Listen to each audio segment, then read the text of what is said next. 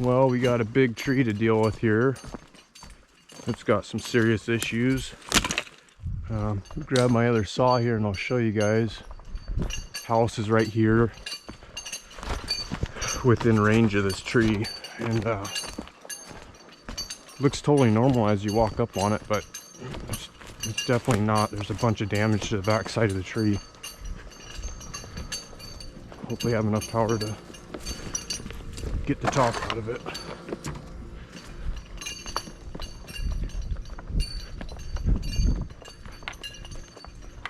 So this tree, like I said, looks normal as you approach it, and a customer was walking around the back side of it and noticed some serious problems with it that we didn't catch on the last time I was out here cutting that big twin fir. So anyway, from here it looks fine. It's a pretty hard lean, plus all the limbs are for that house. It's 100% going for the house. So we got to get this thing cut down today. But I wanted to show you guys on the back side what's going on. So take a look at this. Right, this is something you don't climb. You can see the lean from the back side. It's pretty hard lean out there on the house. But look at this damage. I mean, all this rot. I think it got hit when they were logging in here or something a long time ago, because these are big fir trees, and it caused a lot of damage. But anyway, you know, you could climb something like this, but that's way too risky. Don't do it. You don't know what the integrity is inside this tree, and just by looking at this damage, it looks like it's starting to break right there about 20 feet up.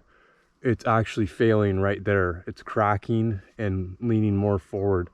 So just your weight going up that thing, shaking it around as you lanyard up it, you never know. It could be that last little bit that causes the tree to fail.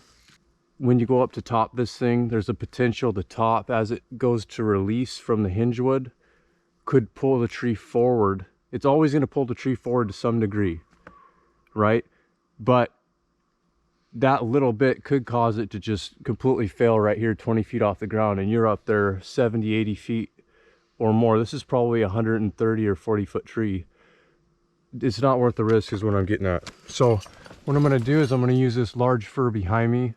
I'm going to go up it, and I'm going to rappel down and cut this tree in half and try and get the top of it to land somewhere in here. So it's going to be a interesting one to deal with.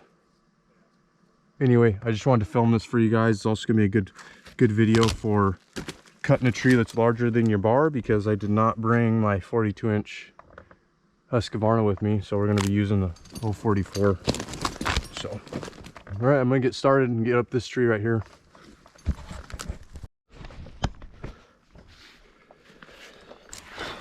So as I advance up this tree, I'm just throwing over limb after limb as I go. That's where you got to have 2 lanyards. You could get a big shutout, shoot it up in here, but it doesn't take me that long to just go up the tree by advancing with double rope systems. But just remember, you need to have 2 lanyards, you know, so when you're advancing one, you can unclip out of the other and be safe as you progress up the tree. So we're getting there. We still got quite a ways to go though to get to the top, and I'm going to set this at the top of the tree without a pulley. It's just going to go over a branch or some union up there, to where when I'm done in this tree, I can just pull it right out. Don't have to do any fancy retrieval system, and just be more efficient. So anyway, I'm going to keep heading up the tree, and once I get up to the top, I'll start filming again.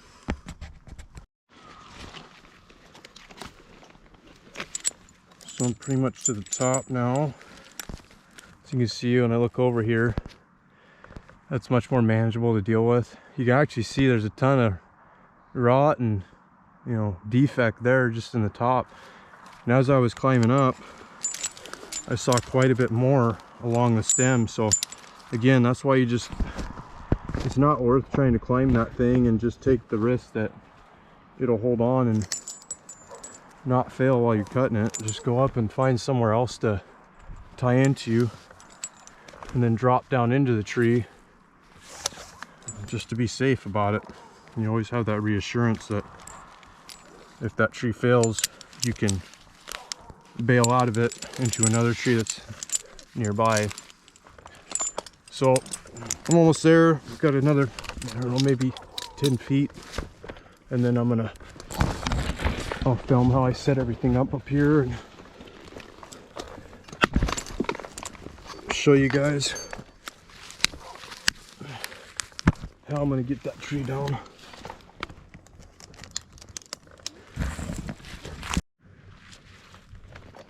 Okay, so I'm at the top now.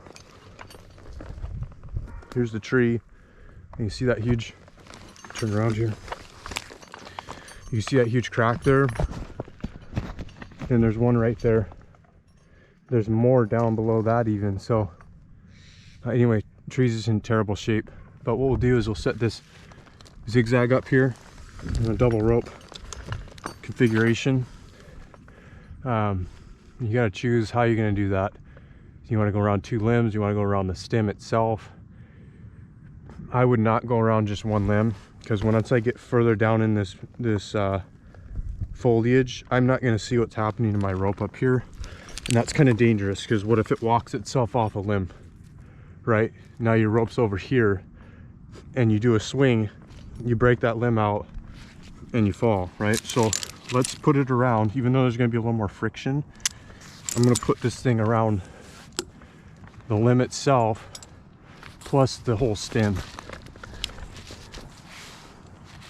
so that if this fails, that limb fails for some reason, which is, it can't now because the rope can't walk itself out, I've at least got it around the stem, and it would have to fail all these branches all the way down, which is just not going to happen. Okay, so this is much safer. There's more friction for your rappel, but again, you have that safety that it's around all these limbs. There's no way it's going to fail. Okay, put some pressure into the system, double check everything before you rappel. Everything looks good. I'm going to drag all my line onto this side of the tree right next to where I'm going to rappel, so it doesn't get caught up while I'm working. So I'm going to drop it right in line with that tree, and as I go down, if I got to trim limbs out, I will, to clear a path to swing once I get far enough down.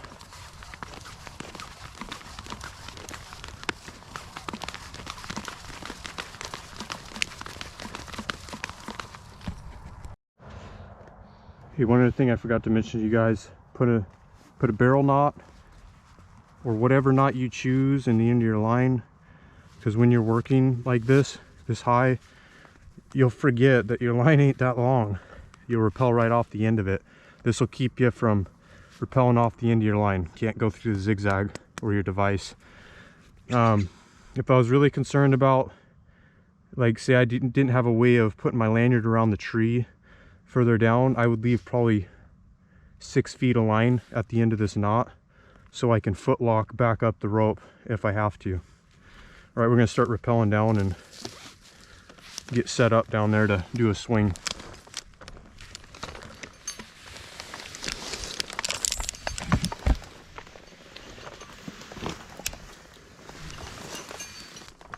So as you rappel down, look behind you and make sure it's like this limb here is going to be a problem. So I'm going to cut that now before I get way down there. Here we go. Be careful of these spikes. They'll get you if you swing into them. Okay, so I've got a little more friction than normal, but it's so much safer than the other option of just putting it over a limb. Let's get these limbs out of here so we don't get caught up on everything. Cut a couple more branches, and I'll start filming here once I get ready to do the swing. So my rope angle is pretty good now, I'm gonna shoot for those branches right there. I'm gonna try and get over right onto those spikes there and then get my lanyard around the tree. I was checking my line, make sure I got enough. Okay, so I don't have a whole lot more line, but you can see my rope is all cleared out for where I'm gonna swing directly over to this tree. Now all I gotta do, just get into a good position and kind of see where I'm gonna land. A little bit further down. Okay, now I can swing out.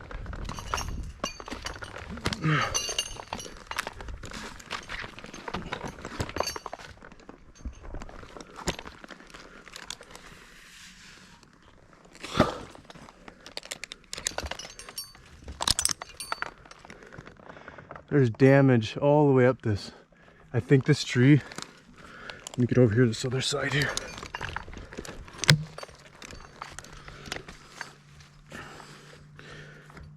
I'm almost positive, you guys, this tree got hit by lightning. Look at it. There's a spiral crack going all the way up the tree and all the way down. So it probably got struck by lightning a long time ago, and that's what caused all this damage. All right, I'm gonna work my way up to the top so we can get this thing topped out.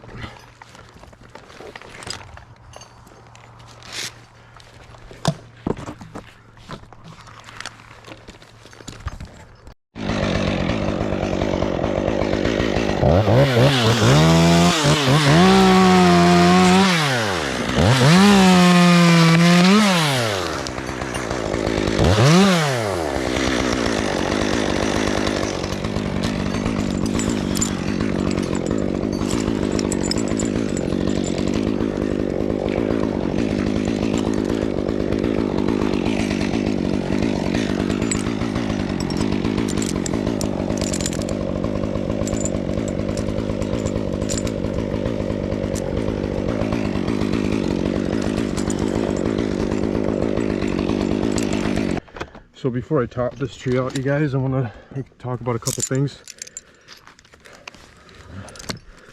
If you're going to do the method that I am right now with swinging over, attaching to a different tree, keep in mind your rope angle. If this tree goes and I have to fight to get my lanyard off, go in the other tree, I'm going to take a swing and it's not going to be probably a comfortable one from this angle, right?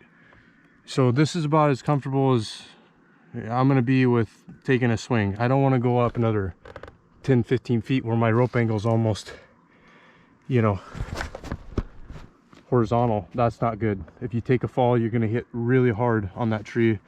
Who knows, you might die just from taking that hit.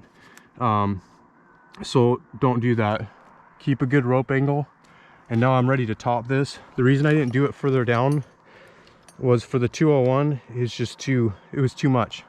I don't have enough power to get through this tree if it starts trying to open up in the backside and just power through that and cut it off. I can here with the 201, I'll be fine. But even down there, even if you have a bigger saw, it's not really worth it. There's all this damage. There's all this damage down there on the tree from the lightning strike. See right here? There's a lot of damage in here. And you just really don't know what the tree's gonna do. So why take the risk of taking a huge top out of this when I can just take a 30-foot top that I know if it starts going wrong, I can either unclip out of my lanyard or I can power through it with the saw and cut it off. So we're gonna put a face in, just a Humboldt for right down in here in this clearing. Once I get that done, I'll rappel down, swing again, cut another section out, maybe one more with a bigger saw. Then I'm gonna go to the ground and just cut the whole thing over.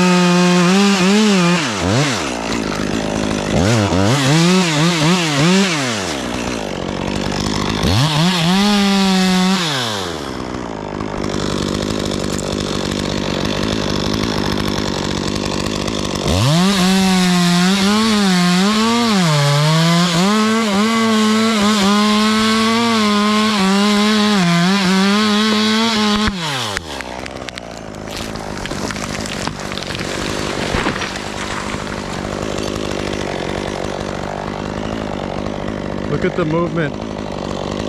And that's with me clipped into this other tree. Imagine being up here without that supporting line behind me. This thing's moving all over the place. And it can fail it down there way below where you're at.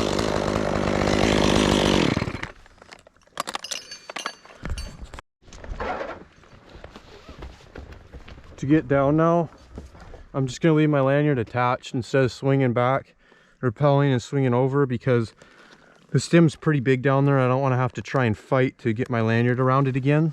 So I'm just going to basically head down. Hopefully I didn't just break my GoPro there. I'm going to head down just like this. Just slacking it out, moving your lanyard down, and just keep heading down the tree. We'll take another big section. I only want to make one more cut, so I think I'm just going to do it all with the 201. It can do it.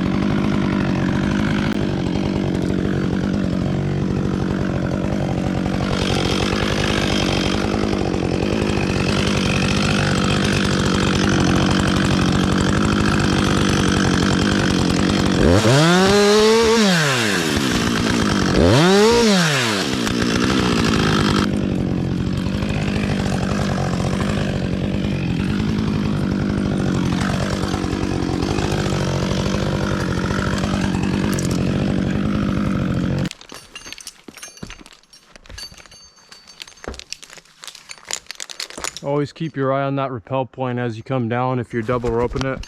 I could have just looped it and done a figure 8, a rescue 8, but it's faster for me to just do it this way.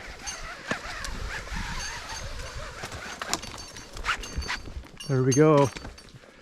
Now we're just going to cut this thing from the ground.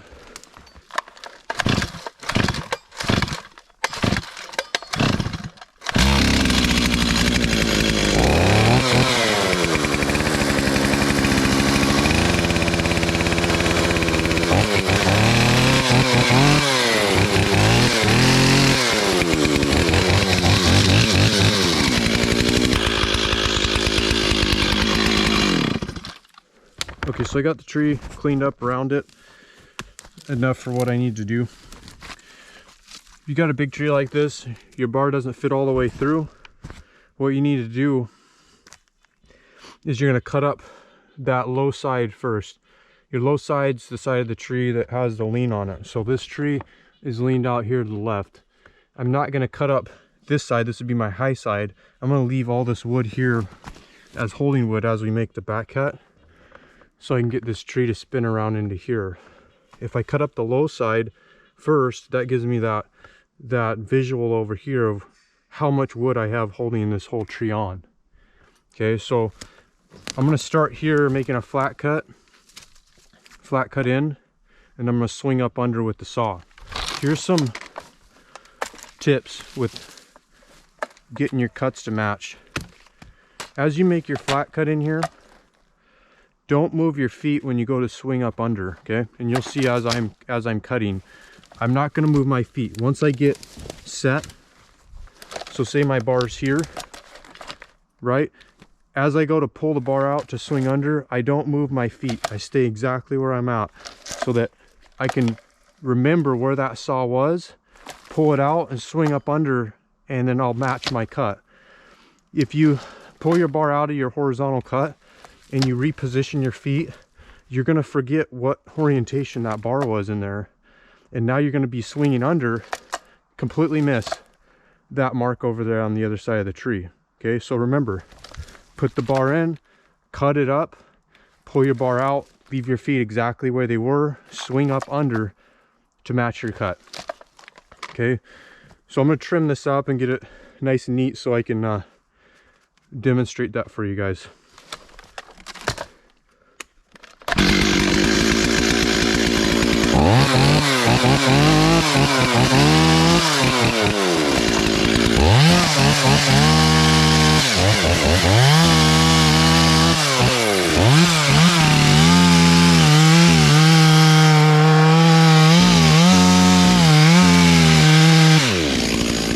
I'm going to look on the back side of the tree and see where the lean is.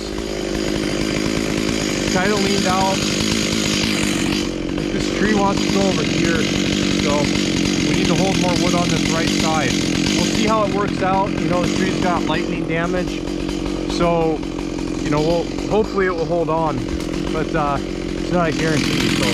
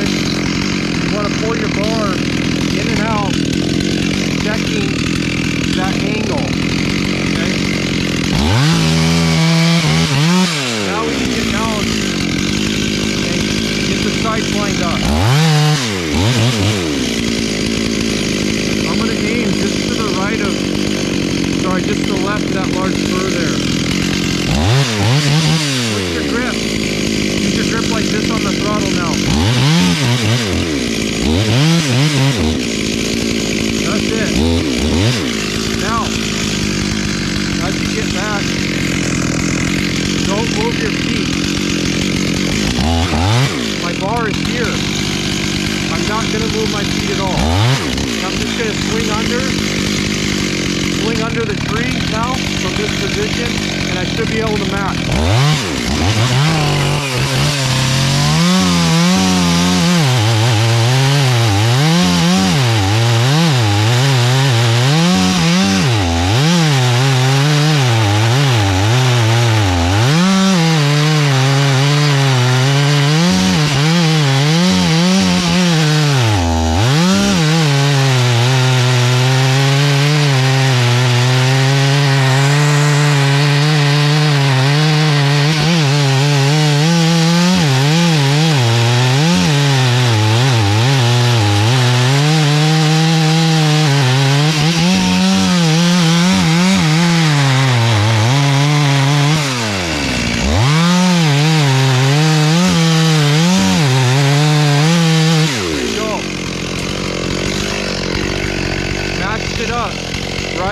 Because I didn't move my feet, I stayed right here. I felt exactly where that bar was. Then as I bring the saw out, I just quickly go back in and swing under. The longer you take to get that bar swung under, you're gonna forget what angle that bar was inside the tree, especially if you move your feet away from where you were positioned when you took the bar out. Okay, so now we're gonna trim up the sides a little bit, get the back cut going.